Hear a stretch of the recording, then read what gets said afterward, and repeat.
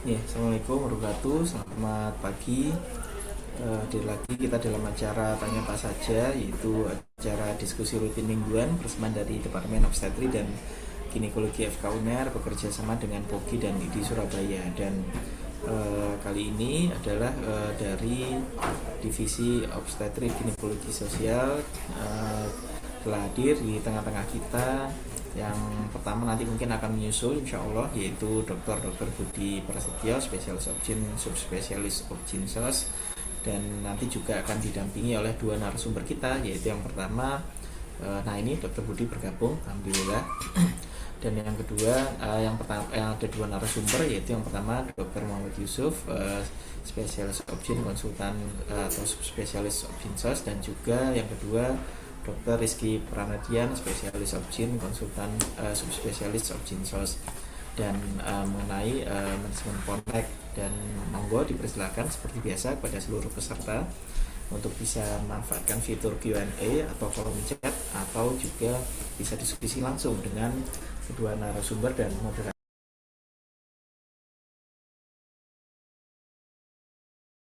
Maaf, terputus ya. Jadi, untuk bisa nantinya berdiskusi langsung dengan kedua narasumber dan moderator untuk nanti menjawab pertanyaan-pertanyaan yang akan diajukan oleh dokter-dokter semuanya. Dan seperti biasa jangan lupa untuk selalu mengakses laman Pelataran Sehat hari ini maksimal pukul 12 malam untuk bisa mendapatkan SKP dari Komunitas. Dan tidak lupa, mohon maaf pada kali ini Dr. Brahmana Skandar sedang berhalangan hadir sehingga tidak dapat membuka acara, dan kami persilakan mungkin langsung kepada Dr. Budi Prasetyo selaku moderator pada diskusi Tanya Apa Saja minggu ini untuk bisa memandu acara. Kepada Dr. Budi Prasetyo kami persilakan. Monggo, Dok. Baik, terima kasih Dr. Seta. Assalamualaikum warahmatullahi wabarakatuh. Bismillah, alhamdulillah, wassalatu wassalamu ala rasulillah. Alhamdulillah kita bisa bertemu lagi pada tas periode ini dengan topik dari Objinsos. Jadi kita akan menyampaikan tentang masalah manajerial PONET ya, manajemen PONET. Jadi kalau kita tahu memang selama ini ONEK kita tahu adalah bagaimana rumah sakit mengelola kegawat daruratan obstetri neonatal secara komprehensif, terpadu, dan berkesinambungan ya 24 jam selama 7 hari. Dan kalau manajemen bagaimana? Manajemen ya kita bagaimana cara mengatur sistemnya, kemudian SDM-nya, alur klinisnya, agar mutu pelayanan ibu hamil, bersalin maupun nifas bayi baru lahir dengan kondisi gawat bisa tertangani dengan cepat, tepat, dan aman. Untuk itu ada dua narasumber yang sudah siap untuk menyampaikan materi tentang ini. Yang pertama adalah Dr. Muhammad Yusuf, FPOG, konsultan Objinsos, dan Dr. Rizky Pranadian, SPOG, konsultan Objinsos. Mungkin saya berikan waktu dulu untuk Dr. Rizky untuk menyampaikan materi tentang manajemen Ponet. Mungkin monggo dipersilakan Dr. Rizky. Oke, terima kasih Dr. Budi. Bismillahirrahmanirrahim. Assalamualaikum warahmatullahi wabarakatuh. Selamat pagi semua para guru besar, senior, dan teman sahabat yang saya banggakan. Jadi alhamdulillah kita bertemu lagi di Tanya Apa Saja ya. Jadi hari ini materi tentang materi Objinsos terkait dengan PONEK ya, manajerial PONEK. Jadi eh, tepat yang dikatakan Dr. Budi tadi bahwa memang PONEK Connect itu bukan hanya terkait dengan masalah klinis aja, tapi juga ada sistem yang berjalan di situ. Kadang-kadang kita itu eh, kalau sudah mendekati akreditasi itu kadang-kadang baru bingung gitu ya. Connect, nah itu mau diapain gitu ya. Nah, karena kadang-kadang ada beberapa rumah sakit itu hanya menyiapkan tempatnya, padahal sebenarnya Connect itu bukan suatu tempat, tapi suatu sistemnya. Ya, nanti coba kita bahas gitu ya. Jadi saya izin share screen, Dr. Budi.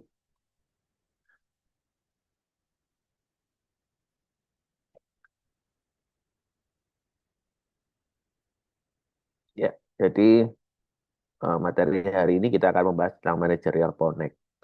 Jadi kalau kita lihat rumah sakit Ponek yang 24 jam itu memang suatu bagian dari sistem rujukan ya dalam pelayanan gawat darurat maternal dan neonatal, dan itu sangat perannya penting banget untuk menurunkan AKI dan AKB, angka kematian ibu dan angka kematian bayi.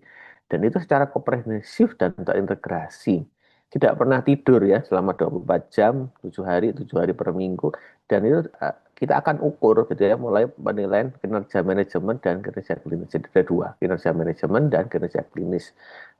Dari situlah kita akan melihat kunci keberhasilannya ya. Memang ada ketersediaan tenaga, ada sesuai kompetensi ya, sarana prasarana dan manajemen yang handal. Nah, kalau kita lihat dari penilaian kinerja manajemennya, kalau kita, memang saat ini mulai KMK yang terbaru pun ya 560 yang 2025 itu berdasarkan kelas rumah sakit ya kompetensinya. Ada yang spesialistik, multi spesialistik ya dan selanjutnya.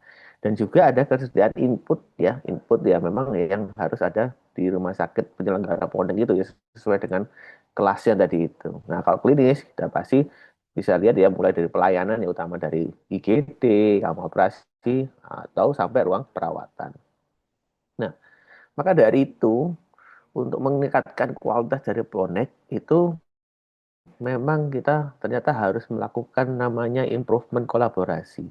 Itu suatu hal yang mutlak ya, istilahnya itu sudah kita sarankan, kita himbau untuk manajemen Ponek gitu ya. Karena ini memang suatu pendekatan yang baru ya untuk perbaikan segera kinerja institusi dan kualitas pelayanan seperti yang dikatakan Dr. Budi. Jadi dari meningkatkan mutu itu kan berarti meningkatkan kualitas pelayanan. Karena di situ kita ada kolaborasi ya, perbaikan ya terkait dengan area spesifik ya. Jadi penurunan AKI dan AKB dan kita harapannya perbaikan itu langsung terjadi dan bisa direplikasikan di berbagai level ya. Level itu termasuk di bagian Polnek itu sendiri. Maka dari itu kita akan melakukan improvement ini dalam upaya perbaikan kinerja Polnek ya dan apalagi dengan jejaring pelayanan emergensi yang lain. Nah, nah kalau kita lihat sebenarnya Polnek itu adalah bentuk organisasi. Nah, jadi sekali lagi Polnek itu bukan cuma ruangan Polnek yang tersedia di eh, IGD gitu ya, tapi ini suatu organisasi yang perannya aktif untuk peningkatan pelayanan obstetrik dan neonatal. Maka dari itu kita pendekatan kolaborasinya itu ya ada nanti dalam skema yang terbaru di KMK 560 itu yaitu dalam rumah sakit Dinkes kabupaten atau kota dan jajarannya. Kalau kita lihat dari organisasi Polda sendiri itu memang harus ada bentuk organisasinya ya, ada tupoksinya. Jadi di situ ada alur kegiatan ya, jadwal koordinasi internal eksternal dan tujuannya adalah pelayanan obstetrik dan gawat darurat ini secara komprehensif ya. Dan itu bisa bekerja sama dengan rumah sakit Ponek sebagai pembina dan Ponet ya sebagai nanti akan yang dibina dan itu melakukan kolaborasi yang baik antara Dinkes dan puskesmas yang terintegrasi. Nanti kita lihat alurnya. Nah, maka dari itu ternyata sistem organisasi itu tetap ada pengaruh dari leadership. Nah, ini penelitian dari guru kami, Dr. Ardian, ya ini adalah disertasi doktoralnya beliau, bahwa memang pengaruh leadership terhadap mutu pelayanan maternal dengan kolaborasi interprofesi itu sangat pengaruhnya sangat baik. Ya, ternyata meta leadership itu memiliki pengaruh yang cukup bagus ya dalam kolaborasi interprofesi dalam pelayanan maternal di suatu rumah sakit. Nah, kolaborasi interprofesi sendiri ya yang di mana itu ada kemitraan, pengambil keputusan, bekerja sama ya koordinasi itu juga memiliki pengaruh terhadap tata kelola dalam pelayanan maternal. Dan yang terakhir, metal leadership terbukti memiliki pengaruh terhadap peningkatan mutu pelayanan maternal dengan kolaborasi interprofesi dan tata kelola sebagai mediator di rumah sakit. Jadi sangat dipengaruhi oleh juga metal leadership ya. Jadi metal leadership itu adalah suatu kemampuan ya di mana itu sebagai person, situasi dan connectivity itu menjadi pemimpinan yang baik ya saat ini ya. Nah, seperti yang saya bahas lagi, ternyata manajemen kolaborasi itu tidak hanya di internal Ponek di suatu rumah sakit juga. Ternyata juga ada di berbagai fasilitas pelayanan kesehatan yang lain ya, agar kerjasamanya itu menjadi efektif dan efisien serta bersinergi. Dan sekali lagi dalam upayanya menurunkan angka kematian ibu dan bayi baru lahir. Dan ini memang pelaksanaan kolaborasi ini berada di bawah tanggung jawab Dinas Kesehatan Provinsi dan Kabupaten ya, dan melibatkan stakeholder terkait. Kalau kita lihat skemanya dari tersebut, ya ini. Jadi ada suatu lingkup kecil di Ponek, suatu kota atau kabupaten ya dia bisa membina puskesmas jejaringnya, kemudian bisa melakukan rujukan kasus juga ke Polnek yang provinsi, ataupun sebaliknya Polnek provinsi bisa melakukan pembinaan di Polnek kota atau kabupaten. Sehingga itu juga berlaku juga dengan Polnek yang sudah di level nasional. Nah, itu juga bisa melakukan pembinaan dan rujukan kasus secara kolaborasi yang baik. Dari sinilah harapannya suatu manajerial yang internal dan eksternal terjadi di Polnek. Mungkin demikian, Dr. Budi, untuk materi saya. Jadi memang,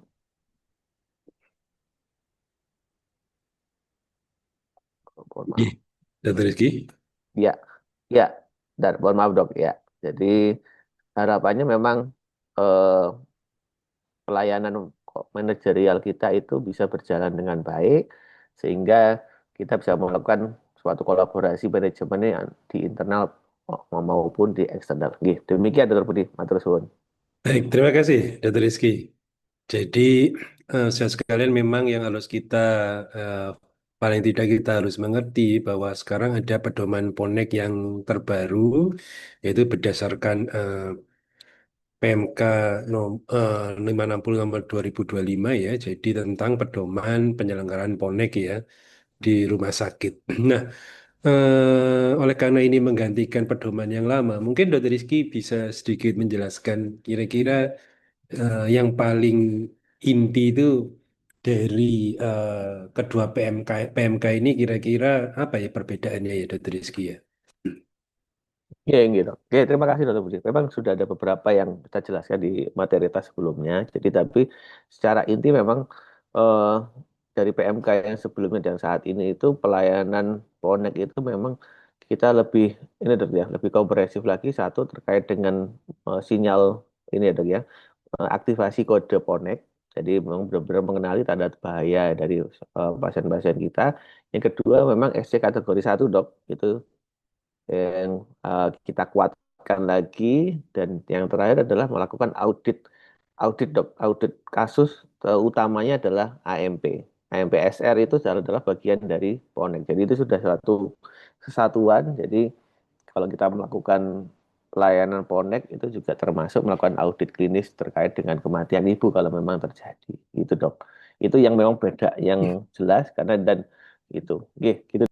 Baik, jadi terkait SC kategori satu ini ya, jadi mungkin sekalian harus paham ya tentang apa itu SC kategori satu. Oleh karena ini ada di peraturan PMK ya, jadi SC kategori satu paling tidak bisa terlaksana dalam waktu 30 menit ya, Dr. Rizky ya.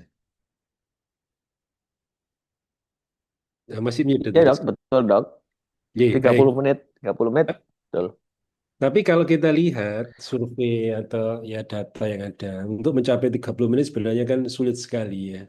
Sulit sekali. Nah, mungkin Dr. Rizky Betul. sebagai ketua PONEK ini, bagaimana Dr. Rizky ini Ya. apa namanya bisa meningkatkan, menurunkan respon time ya. Jadi decision to incisi, jadi mulai keputusan sampai insisi apa namanya pasien ini kurang dari 30 menit.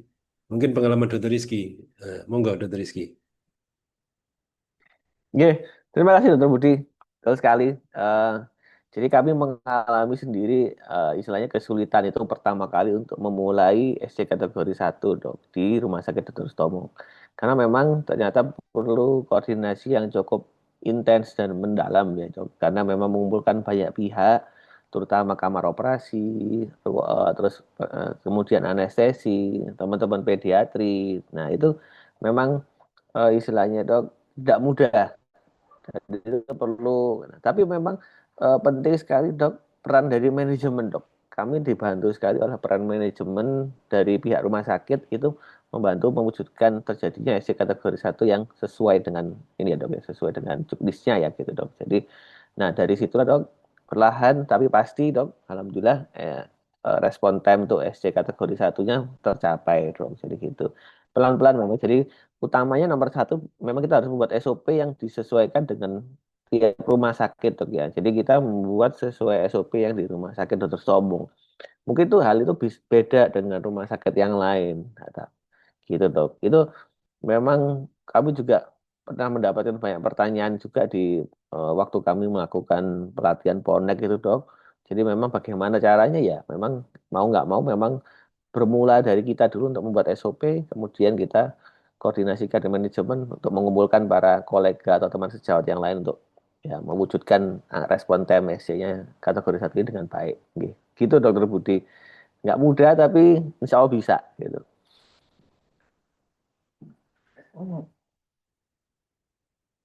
Oke, ngapunten dok masih mute.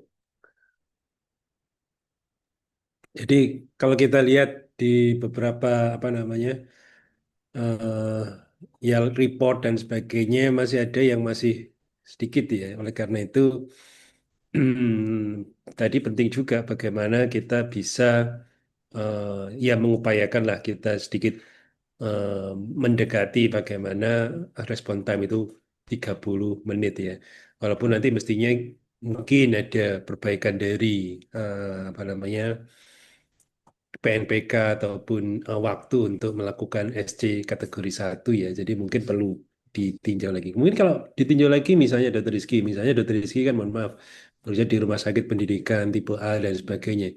Mana kalau kita ada sejawat yang bekerja mohon maaf di rumah sakit yang non pendidikan, mungkin mohon maaf tipe C atau tipe B non pendidikan sehingga gimana kira-kira gimana ya, selain tadi penerapan SOP Dokter Rizky? Iya dok, terima kasih dokter Budi. Ini kami juga izin mensitasi dok ya dari eh, penelitian disertasi dokter Ardian dok ya. Jadi ternyata masalah-masalah yang diungkapkan dokter Budi tadi itu muncul dok. Memang mungkin terkait misalnya SC kategori saat itu belum bisa terjadi, mungkin mohon maaf ada keterlambatan kehadiran SPOG-nya. Wah itu ada dok. Ataupun memang kurangnya pemantauan dan juga memang ada faktor organisasi internal rumah sakitnya sendiri. Maka dari itu memang ternyata dibutuhkan suatu kepemimpinan klinis yang baik, dok. Tadi seperti saya sampaikan, saat ini yang mungkin lagi digaung-gaungkan adalah meta leadership, dok, dan yang terakhir adalah kolaborasi interprofesi. Dari situlah, dok, memang akhirnya di situ muncul solusinya, dok, gitu ya. Dari memang memang harus ada seorang leadership yang baik, mungkin nanti ya ketua poneknya ini juga memang harusnya memang ikut ini ya dok, istilahnya ikut istilahnya mempelajari bagaimana menjadi seorang leadership yang baik gitu ya. Jadi memang leadership yang saat ini meta leadership yang dikatakan itu memang harus mengerti pentingnya pengetahuan dan analisis untuk merencanakan suatu aksi ya dok ya. Jadi aksi yang mungkin yang kita harapkan di sini adalah SC kategori satu gitu ya. Dari personnya sendiri, jadi ya istilahnya dari knowledge, dari awareness-nya dok, dan situasinya juga harus kita paham dan juga connectivity-nya. Mungkin gitu dokter Budi. Jadi penting banget kita punya suatu sosok leadership yang baik. Nah, dari situ mungkin bisa memicu yang lain juga gitu dok. Oke, mungkin gitu dokter Budi. Mungkin monggo ditambahkan dok. Ya, baik, Dr. Rizky. Jadi memang benar ya, salah satu penelitian dari disertasi Dr. Rizky tentang masalah meta leadership, saya kira ini juga ya paling tidak ini harus diperhatikan oleh karena ya kita butuh ya champion-champion ini di rumah sakit untuk sebagai agent of change-nya ini ya. Jadi harapannya nanti bisa eh, memperbaiki lah atau meningkatkan dari pelayanan ponek di rumah sakit tersebut. Nah, mungkin yang terkait bonek multispesial subspesialis ini jadi Rizky ya. Jadi kalau kita lihat apa sih anu dokter Rizky? Misalnya subspesialis sama multi subspesialis ini apakah dari SDM-nya atau dari sarananya atau keduanya ya dokter Rizky ya? Supaya Siap, Oke. Ya dok, terima kasih dok, terima kasih. Memang ini ada pedoman bonek terkait ini ya dok dari Kementerian Kesehatan sendiri. Jadi saat ini memang dibedakan antara RS Ponek spesialistik, RS Ponek subspesialistik, dan yang paling tinggi adalah levelnya adalah rumah sakit Ponek multispesialistik. Kalau mungkin kalau dari leveling rujukannya ini level 5 ya, multispesialistik. Nah, betul Dokter Budi, yang nomor satu memang SDM dok. Nomor satu adalah SDM. Yang jelas kalau di yang rumah sakit ponik spesialistik itu memang minimal itu pasti ada dokter, dokter spesial obgyn, dokter anak, dokter anestesi, perawat maternitas, perawat tenatus, dan bidan. Tapi kalau yang udah sub dok, sub spesialistik ini memang harus ada konsultannya dok. Ada konsultan fetal maternal dan juga kita sebagai konsultan obstetrik ginekologi sosial ini sangat dibutuhkan ternyata dok untuk terkait dengan manajerial ponek tadi dok. Nah, dan mungkin kalau dari sisi neonatologi juga harus ada subspesialis neonatologi dan mungkin penunjang maternal dan neonatal tanpa kompleksitas yang tinggi dok untuk kasusnya. Tapi kalau sudah masuk ke yang kasus kompleksitas tinggi itu masuk ke ponek multispesialistik dokter Budi. Mungkin itu kalau dari SDM. Nah, begitu dok kalau memang itu. Jadi memang dan itu juga nanti ada stratifikasi pelayanan poneknya dokter. Itu sudah ada di memang panduannya di panduan Pondek yang saat ini yang digodok oleh Kementerian Kesehatan. Gitu dokter Budi mungkin. Ya, Dr. Rizky, mungkin ini ada satu pertanyaan, hampir Siap. Dr. Indi, ya, Ya terima dok. kasih Dr. Indi. Hampir semua rumah sakit mengharuskan setiap dokter jaga yang masuk mensyaratkan punya sertifikat ACL dan ATLS. Eh, adakah usaha Bogi untuk memberi saran atau apa istilahnya mungkin lewat presiden untuk memberikan seperti ini ya? Kira-kira Seperti ada ini tuh nggih. Nggih gitu. mungkin persyaratan ini apakah wajib apa enggak mungkin? Mungkin seperti itu. Coba mungkin Dr. Rizky. Ada Oh, untuk nggih dok, nggih dok. Untuk connect ada nggak ACLS dan ATLS ya? Ya Mestinya itu kan dok. Kalau connect, kami sih makanya ya connect. terusnya ya secara general sih untuk dokternya memang memang diharapkan mengikuti pelatihan Ponek dokter Budi.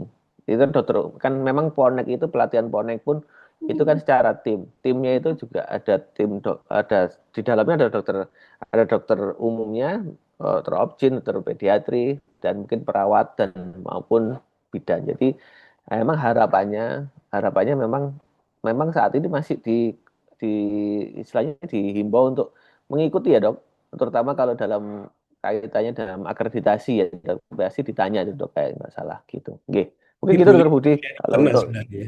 Internal boleh ya, bukan harus eksternal ya. internal boleh dok, internal boleh, ya, oke dok, oke. Nah, mungkin ini ada Dr. Yusuf. Nah, Dr. Yusuf mungkin bisa sedikit masih mute ya Dr. Yusuf ya. Oh, freeze. Terfreeze ya. Oke. Baik. Memang jaringan di Sutomonya agak kurang bagus. Baik. Oke, baik. Kemudian kalau kita lihat, nah ini Dr. Yusuf. Dr. Yusuf, mungkin Boleh, ada komentar? boleh ya. Enggak, Ya. silakan.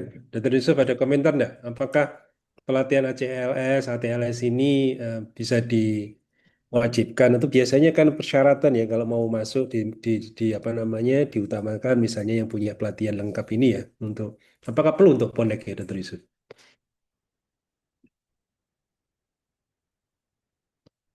Ganti saya yang freeze ini.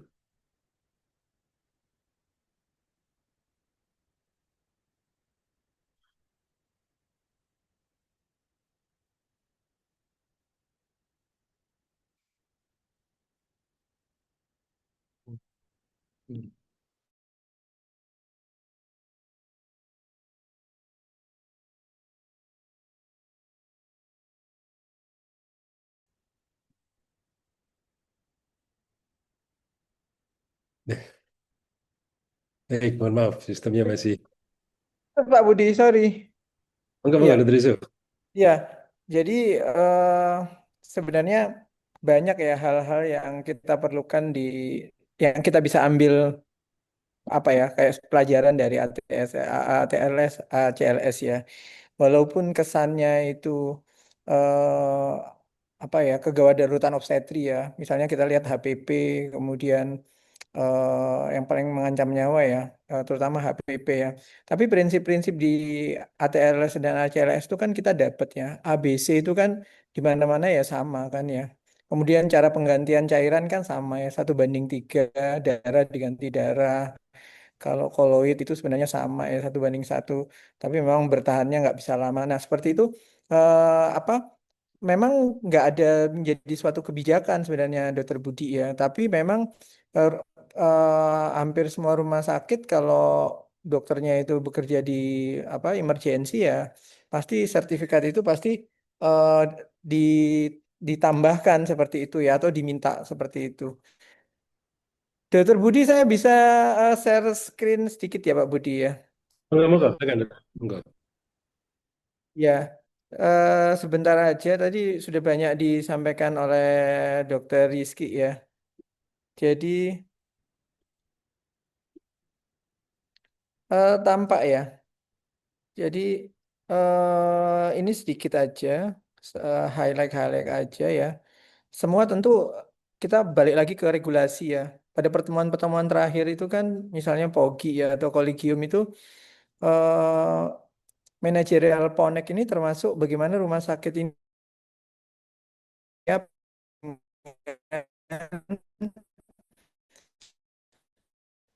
eh, apa karena itu dasarnya kan ke sana lagi nantinya ya. Jadi semua rumah sakit mulailah melihat ya sebenarnya SOP yang ada ya, terutama yang terkait dengan PONEK ini sudah sesuai belum? Karena nanti ujung-ujungnya MDP akan melihat ke sana seperti itu ya. Kemudian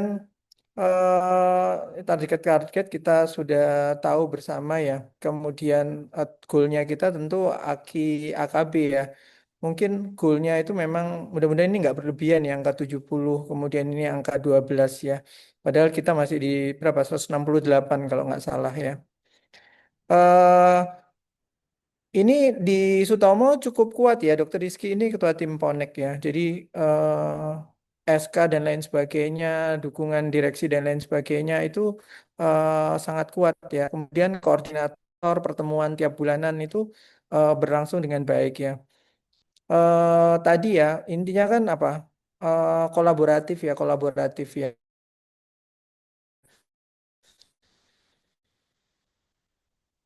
Kalau tadi dari dokter slide-nya kan Rizky juga ya. Jadi kita memang nggak bisa kerja sendiri, kolaboratif ya. Ini juga ya, kalau di rumah sakit kita itu kan bagaimana rumah sakit lain mungkin sama Ponek ya, tapi bolak-balik kan mesti menanyakan ICU sama NICU kita ya. Bank darah di kita, alhamdulillah jarang sekali terganggu ya. Ini bisa berjalan dengan baik, yang namanya bank darah ini ya. Mungkin ini salah satu apa? eh, ini yang bisa kita berikan ya untuk Sutomo ya. Ini tadi ya. Jadi SOP-SOP ini minta tolong kita semua berhati-hati ya. Kita yang bekerja di rumah sakit ya, dilihat lagi SOP kita ya. Karena 30% kasus di MDP itu adalah kasus-kasus kita ya. Dan eh, kebingungan dalam tanda kutip membela yang namanya apa ibaratnya teman kita yang di MDP karena yang dibela ini nggak punya SOP yang bagus gitu loh seperti itu ya. Akhirnya yang SOP yang ada itu yang bisa menjadi masalah ya seperti itu. Jadi saya lebih mengingatkan kita bekerja di era yang cukup ini ya perhatian serius ya, dokumen-dokumen dengan aturan. Mas kalau bermasalah yang kita yang akan kena. Itu aja mungkin dari saya Dokter Budi. Saya stop share. Eh, saya saya sambil off cam ya Dokter Budi ya. Oke, Nggak monggo. apa ya. Baik. Nah, terkait apa namanya panduan praktek klinik gitu ya. Kalau yang wajib itu Dokter Rizky atau Dokter Yusuf ya, kira-kira yang wajib untuk ponek itu apa saja ya? Mungkin bisa sedikit di share Dokter Rizky, PPK yang harus ada gitu. Iya dok, iya dok. Jadi kalau kita mengacu dari KMK yang terbaru itu sebenarnya memang masih tata kelola ya dok. Satu tadi terkait dengan kesiapan rumah sakit Ponek yang sesuai dengan stratifikasinya. Nah, untuk PPK sebenarnya dok, kan yang kalau dari panduan Ponek itu memang kita tuh belum ada yang terbaru banget dok. Jadi yang terbaru itu seingat saya di 2012 itu untuk buku panduan Poneknya. Cuma untuk beberapa SOP SOP yang harus ada tetap suatu gawat darurat dari maternal maupun neonatal itu harus ada. Jadi contohnya ya tetap sama dong secara karena kita masih angka kematian itu yang penyebab langsungnya terkait dengan perdarahan, pasca salin terutama, terus kemudian eh, mungkin penyakit-penyakit yang preeklamsia berat dengan komplikasinya itu memang harus ada SOP-nya dok. Cuma kalau misalnya di kayak di Stomo ini dok, kalau boleh kita tambahkan juga, memang di Stomo ini angka kematian penyebab tidak langsungnya juga cukup banyak, terutama pada kasus jantung. Jadi ibu hamil dengan kelainan jantung. Jadi itu kita akan tambahkan dok. Jadi kalau di kami di Connect di istilahnya tim kami di Rumah Sakit Sutomo ini ada tim maternal kardio dok. Jadi memang itu menguatkan juga kita untuk penanganan kasus-kasus ibu hamil dengan kelainan jantung juga. Itu salah satu contohnya dok. Jadi memang sekali lagi disesuaikan dengan kelasnya ya dok. Sesuai dengan kelasnya. Jadi bukan tipe A, B, C lagi gitu. Jadi memang tipe A, B, C itu hanya untuk menghitung jumlah tempat tidur. Jadi kita benar-benar sesuai dengan kompetensi rumah sakitnya dok. Gitu. Itu dok mungkin dokter Budi. Ya, baik. Terkait, mohon maaf saya off camera filmnya jelek. Terkait mutu, Dr. Rizky. Oke. Gimana sih? Kira-kira apa yang harus dinilai dari mutu pelayanan Poner kita menilai atau monefnya itu apa saja yang dimonef? Ya. Oke dok. Jadi kalau kita mutu itu kita mungkin bisa mengambil mungkin kalau untuk kualitas pelayanan itu dari ini ya kali ya dok ya. Dari bagaimana kita juga misalnya kalau kita waktu diakreditasi dok ya. Itu kan memang menilai kualitas mutu kita dok ya. Ada beberapa elemen dari akreditasi itu menggambarkan mutu kita ya dok ya. Salah satu contohnya adalah memang bagaimana kita itu sudah mempunyai satu tadi seperti dokter Budi bilang SOP kasus-kasus yang akan kita tangani itu salah satu itu sudah itu. Yang kedua tenaga kesehatan kita atau SDM kita itu adalah tenaga yang kompeten itu juga termasuk istilahnya dok meningkatkan kualitas mutu kita dan juga ada elemen untuk pembinaan dokter Budi pembinaan jejaring. Nah itu ternyata elemen penting untuk istilahnya itu bagaimana kita tuh kolaborasi seperti yang saya bilang dok sesuai dengan KMK 560 tadi ada manajemen kolaborasi dengan jejaring itu ternyata juga salah satu elemen penilaian yang baik dok dan juga yang terakhir adalah kita melakukan audit dok audit klinis jadi kalau kami di Rumah Sakit Tomo ini kasus yang kita audit tidak hanya kasus mohon maaf kematian maternal saja tapi juga kasus yang nirmis dok nyaris gitu ya yang nyaris dan itu buat pembelajaran bersama untuk kita semua. Nah, itu mungkin salah satu kualitas meningkatkan kualitas mutu dok. Dan sekalian saat ini juga memang terakhir yang kita ikuti ya dok, mungkin dari Dinas Kesehatan Provinsi ya telah menguatkan kita juga terkait dengan quality improvement ya dok ya. Itu mungkin juga salah satu untuk meningkatkan kualitas mutu pelayanan kita ya dokter Budi. Oke, mungkin dokter Budi bisa nambahin kalau ya gitu. Oke, terima kasih dok.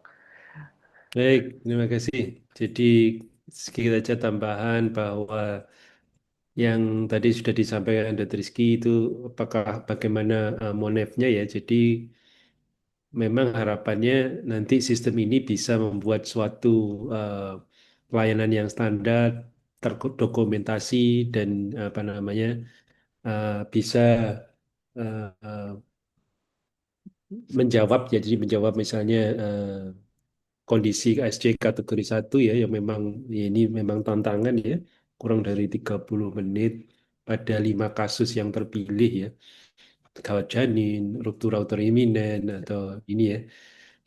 Yang kedua memang kepatuhan terhadap adanya clinical pathway atau SPO ini. Jadi memang ini penting sekali karena kalau tidak ya memang pasti pakai SPO yang eh, berlaku nasional ya PNPK ini. Di kalau kita lihat saya pernah membaca apa namanya di panduan klinis operasi sesar itu. Jadi misalnya simpel aja bagaimana kita membuktikan misalnya bahwa pasien ini request ya seksio by request ya. Ternyata beberapa persyaratan yang harus dipenuhi agar oh ternyata memang pasien ini menghendaki dioperasi, jadi seksio by request. Nah, ternyata di panduan klinis operasi sesar secara nasional itu ada ya, bahkan ada yang hafal halamannya. Oleh karena itu ya kita perlulah kita mempelajari bagaimana panduannya ya. Yang penting itu kita bekerja secara biar kita kerja lebih aman. Menurut saya seperti itu ya. Jadi tambahan sedikit dari Rizky. Oke, baik. Terus kalau kita lihat terkait dengan akreditasi yang penting kan ini ya Dr. Rizky ya. Jadi memang Ponek kenapa kalau kita ya salah satu selain pelayanan kepada pasien, kemudian layanan dari rumah sakit juga pastilah kebutuhan akreditasi. Apa saja kira-kira Dr. Rizky ya untuk akreditasi ini supaya dari secara manajemen kita ini memang sudah on the track untuk ya reakreditasi rumah sakit. Mungkin sedikit Dr. Rizky bisa menjelaskan kan ini perasaan baru selesai akreditasi ya Gitu, rumah Dok, sakit. betul sekali. Ya apa saja yang dibutuhkan Dr. Rizky? Oke, Dok, terima kasih Dok Budi. Ya, alhamdulillah Dok, untuk program nasional yang memang akreditasi untuk Ponek pelayanan ibu dan anak ini mendapatkan nilai baik. Oke, alhamdulillah gitu ya. Jadi, tapi memang Ini eh, ini baik memang atau baik sekali itu gimana? Atau gimana? Baik ini kalau maksimal. secara keseluruhannya kan paripurna, Dokter. Dan Alhamdulillah. alhamdulillah, ya alhamdulillah Harus kalau secara keseluruhan, Dokter, secara diumumkan Dr. keseluruhan. Rizky. Paripurna. Iya. Ya, paripurna kalau dari sisi akreditasi itu penilaiannya istilahnya paripurna. Oke. Jadi alhamdulillah sudah paripurna. Jadi memang pelayanan kita itu dok selain tadi yang Dr. Budi katakan yaitu sarana prasarana, ternyata memang tetap dok keterlibatan manajemen itu juga dilihat di mana memang manajemen itu ikut ya dok dalam proses manajerial connect itu sendiri dokter Dr. Budi. Jadi Buktikannya gimana Dr. Rizky? ya, Membuktikan, oh jadi ini ada, memang sudah ya, baik. Misal ikut. G, G terima kasih dok. Jadi memang manajerial itu dok salah satunya adalah memang di mana istilahnya manajemen itu ikut andil dok, eh, istilahnya tadi seperti yang Dokter Budi katakan SC kategori 1 itu bisa terjadi. Itu salah satu poin yang cukup baik dok. Misalnya bahwa kita itu ikut istilahnya didampingi oleh manajemen. Jadi bukan kami sendiri dari pihak Ponek itu ya dok. Itu yang istilahnya menyiapkan segalanya tapi tetap dibantu oleh manajemen biar SC kategori itu bisa terwujud gitu. Karena memang banyak hal banyak bagian yang terlibat itu salah satunya dok itu sudah poin sendiri dok. Terus yang kedua mungkin terkait memang untuk proses pembinaan terjaring dok karena rumah sakit Dr. Stomo ini kan memang rumah sakit yang tersier. Jadi memang kita melakukan ada beberapa kali kita pelatihan ponek ya dokter di tempat lain juga itu juga salah satu proses pembinaan yang baik. Jadi artinya dari situ memang bisa akreditasi kita itu mendapatkan nilai yang paripurna bisa dari situ dok. Mungkin gitu dokter Budi.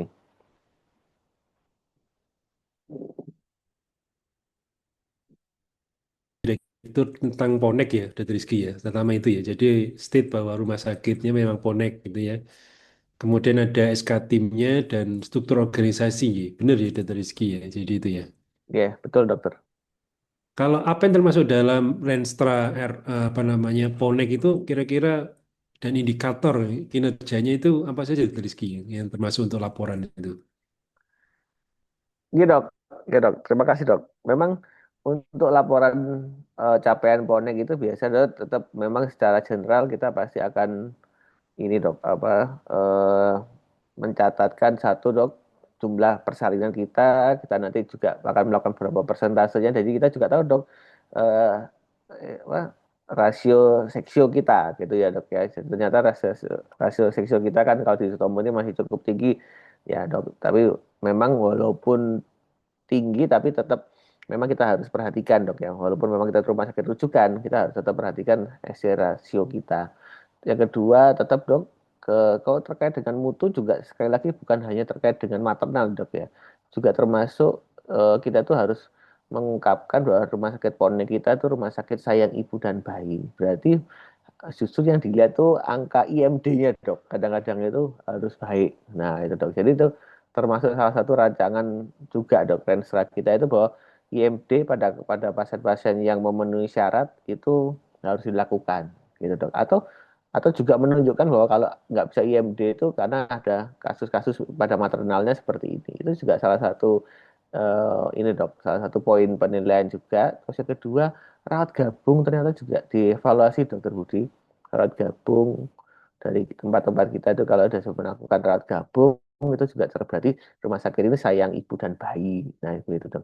Oke, itu salah satunya. Kalau untuk proses perencanaan dok, misalnya untuk sarana prasarana ini tetap kami itu memang harus berkolaborasi ya dok dengan pihak KSM yang terkait ya dok. Jadi kadang-kadang kami pernah kesulitan jujur waktu itu misalnya untuk evaluasi kasus-kasus emergensi kami tidak misalnya ada beberapa alat kami yang mungkin kurang memadai di VK atau di Ponek gitu dok.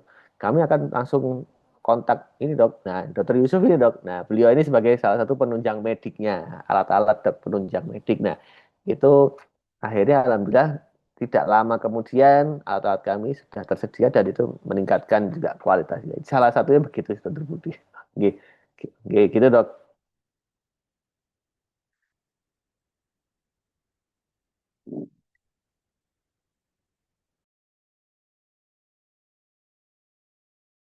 Kami di sini karena ya dulu saya satu rumah sakit dengan dokter Rizky, sekarang berbeda rumah sakit. Tapi tetap satu departemen.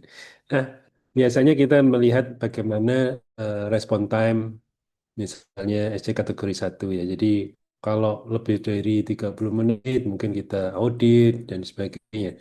Bukan untuk mencari yang masalah ya, yang salah ya, tapi bagaimana bottleneck-nya ya. Dan kita akan sangat terbantu kalau memang ada kamar operasi yang dedicated ya, dedicated untuk obstetrik, tapi luar biasa effortnya ini. Dari Rizky, yang diaudit selain ini gitu, audit klinis itu apa saja ya dari Rizky ya, selain eh, tadi itu. Oke, oke dok. Oke. Ya, terima kasih dokter. Jadi memang sudah mulai berjalan untuk audit SC kategori satu. Saat ini yang kami untuk audit klinis yang kami rutin lakukan tuh memang sampai saat ini masih ini dok, audit NIRMIS dok untuk kasus kami maternal dan juga kasus kematian maternal dok. Jadi AMP. Itu insya Allah bersama dokter Budi juga ini alhamdulillah juga. Jadi kasus audit klinis kami ini berjalan ini ya dok lancar gitu. Jadi memang tetap dibutuhkan ini ya dok suatu komitmen ya dok. Jadi terima kasih Dr. Budi dan ini senior-senior kami ini selalu mengingatkan kami semua untuk melakukan audit dok. Ternyata memang penting untuk ya meningkatkan kualitas pelayanan kita dari situ dok. Oke. Oke, baik. Jadi memang audit klinis ini penting karena ya apa namanya kalau kita lihat memang ini ongoing. Jadi kita melihat bagaimana sebenarnya memperbaiki sistem ya. Jadi bottlenecknya gimana yang harus kita apa namanya ya perbaiki ya. Jadi supaya ada saran untuk dilakukan. Nah, terkait rekomendasi ini penting. Saya ingin tahu juga sekarang kabarnya Dr. Rizky. Berapa persen rekomendasi sudah terlaksana ini kan penting ini. Jadi ada audit, ada rekomendasi, tapi berapa persen yang sudah terlaksana itu mungkin apa perlu dan ya mestinya diaudit juga ya berapa persen sudah terpenuhi gitu. Gimana Dr. Rizky? Kan kita jangka pendek, Iya. jangka panjang misalnya. Yang jangka pendek ini Dr. Rizky pernah kita evaluasi enggak ya Dr. Rizky? Iya dok, waduh terima kasih itu jawabannya paling sulit dijawab. Iya dok, betul sekali dokter Budi. Kita tuh alhamdulillah untuk membuat rekomendasi yang baik sudah terlaksana. Cuma bagaimana mengawal rekomendasi ini terutama yang internal itu ternyata suatu hal yang bukan hal yang mudah dokter Budi. Karena betul sekali dokter Budi. Karena itu kami biasanya kalau sudah kami kan eh, untuk melakukan AMP ini kalau di Rumah Sakit Sutomo dok itu bersama tim mutu dokter, tim mutu, komite mutu. Jadi memang waktu kita melakukan istilahnya kajian tersebut itu memang tim mutu ini selalu mengundang dari Yanmed, dari komite medik. Jadi harapannya memang langsung tersampaikan saat itu juga dok. Tapi tetap kita membuatkan sesuatu yang tertulis disampaikan ke pihak-pihak yang terkait. Nah itu dok betul sekali. Memang kalau yang jangka pendek ini misalnya salah satunya kami waktu beberapa tahun 2 tahun yang lalu kita banyak sekali kematian maternal terkait dengan kematian dengan kelainan jantung. Kami melakukan revitalisasi tim maternal kardio dok. Jadi waktu itu kan memang sudah ada tapi mungkin istilahnya eh, mungkin istilahnya itu tupoksinya atau kinerjanya belum efektif, kita revitalisasi lagi dok. Ya, itu alhamdulillah memang sekarang sudah cukup kuat dan itu selalu ada forum diskusinya selalu dok gitu, dok. Gitu. Jadi memang alhamdulillah itu sudah salah satunya dok itu. Tapi memang ada beberapa yang belum dok. Biasanya yang belum itu mungkin terkait dengan sarana prasarana. Mungkin dokter Budi juga pernah ikut mengaudit atau melakukan kajian terkait dengan berapa waktu itu di rumah sakit Sutomo itu banyak yang meninggal terkait dengan kelainan liver ya dok, akut fatty liver ya dok, atau jaundice, mohon maaf, waktu itu kelainan. Nah itu memang ada seperti saran Dr. Budi, oh bagaimana kalau kita punya satu alat yang khusus ya liver dialysis, ya itu ternyata memang kan itu sudah kita sampaikan, tapi belum belum belum belum ada dok. Nah itu belum ada gitu ya, itu salah satunya. Oke, mungkin gitu dok. Tapi terima kasih dok, selalu diingatkan. Oke. Baik, saya ingin ingatkan Dr. Rizky, jadi apa yang sudah kita rekomendasikan, kita harus juga mengevaluasi berapa persen Ya, sudah terlaksana ya, berapa persen yang ya. belum, dan kita juga harus menganalisis rekomendasi yang belum terlaksana itu kenapa itu. Jadi ya menganalisis rekomendasi. Jadi luar biasa. Ini prosesnya memang harus berjalan terus-menerus ya. Jadi untuk quality improvement ya QI. Jadi lebih baik ya lebih itu. Baik, karena sudah saya kira sudah cukup panjang lebar kita tentang masalah manajemen bonek. Mungkin satu kata untuk penutupan Dr. Rizky dan Dr. Yusuf. Monggo, Dr. Rizky dulu, monggo. Oke, matur suwun, terbukti. Jadi, eh, jadi sekali lagi untuk manajer bonek itu bahwa bonek itu bukan hanya suatu tempat atau lokasi, tapi dia suatu adalah organisasi atau sistem. Ya adalah bagaimana kita itu melakukan pelayanan gawat darurat ya terhadap maternal maupun neonatal sehingga dibutuhkan suatu sistem ini agar berjalan dengan baik butuh suatu komponennya di situ adalah suatu kepemimpinan yang baik, meta leadership saat dalam hal ini yang saat ini, kemudian ya kerjasama yang baik, ya, berarti ada kolaborasi improvement dan juga yang lain juga adalah perlunya dengan kita melakukan audit ya dok untuk menilai kualitas, menjamin mutu kualitas pelayanan kita. Mungkin sekian kalau dari saya dok, terima kasih. Baik, terima kasih Dr. Rizky. Dr. Yusuf, mungkin ada closing statement. Dr. Yusuf, masih ya. Mungkin Dr. Yusuf masih keperluan, ada rapat mendadak soalnya. Baik, tidak rasa Alhamdulillah sudah hampir 1 jam kita bicara tentang masalah manajemen bonek. Demikian semoga satu mendapatkan kita ya kehati-hatian bagi kita semua. Intinya memang secara keilmuan mungkin tetap kita harus update juga, harus update misalnya bagaimana penanganan apa namanya plasenta, solusi plasenta terbaru dan sebagainya, antibiotik dan sebagainya tetap harus kita update sejak sekalian. Tapi yang kedua yang tetap harus juga diupdate adalah masalah kebijakan ya. Jadi kalau kebijakan ini menyangkut legal aspek dan sebagainya, oleh karena itu mari kita sama-sama tetap saling mengingatkan untuk saling mempelajari masalah legal atau kebijakan pemerintah, kemudian ada pedoman dan sebagainya yang wajib kita ketahui dan kita patuhi selama kita melakukan pelayanan obstetri maupun neonatus ya. Baik, terima kasih semuanya. Kurang lebihnya mohon maaf. Saya akhiri. Assalamualaikum warahmatullahi wabarakatuh. Saya kembalikan kepada Dr. Seto. Terima kasih semuanya. Oke, matur nuwun sangat Dokter Budi, Dokter Rizky. Jadi alhamdulillah tanya apa saja seri ke 246 kalau nggak salah tentang manajerial connect sudah selesai dan seluruh pertanyaan sudah dijawab. Matur nuwun sangat. Kita ketemu lagi di tanya apa saja minggu depan seperti biasa hari Rabu pukul 10 hingga pukul 11 1 jam untuk membahas pelayanan obstetri dan ginekologi sehari-hari. Sekali lagi terima kasih. Izin kami tutup. Wassalamualaikum warahmatullahi wabarakatuh. Matur nuwun Dr. Yusuf, Dr. Rizky, Dr. Budi Pras, matur nuwun.